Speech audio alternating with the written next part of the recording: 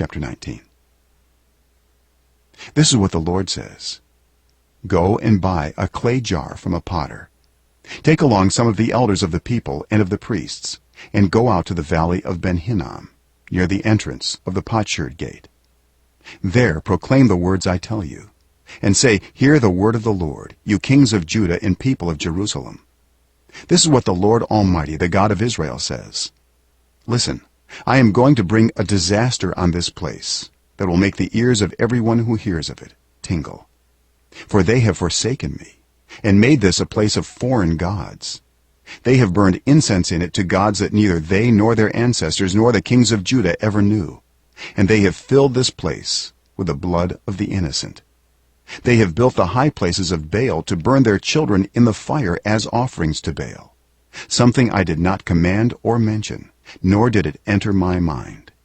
So beware, the days are coming, declares the Lord, when people will no longer call this place Topheth, or the valley of Ben-Hinnom, but the valley of slaughter. In this place I will ruin the plans of Judah in Jerusalem. I will make them fall by the sword before their enemies, at the hands of those who want to kill them, and I will give their carcasses as food to the birds and the wild animals. I will devastate this city and make it an object of horror and scorn. All who pass by will be appalled and will scoff because of all its wounds. I will make them eat the flesh of their sons and daughters, and they will eat one another's flesh, because their enemies will press the siege so hard against them to destroy them. Then break the jar while those who go with you are watching, and say to them, This is what the Lord Almighty says: I will smash this nation and this city, just as this potter's jar is smashed and cannot be repaired. They will bury the dead in Topheth until there is no more room.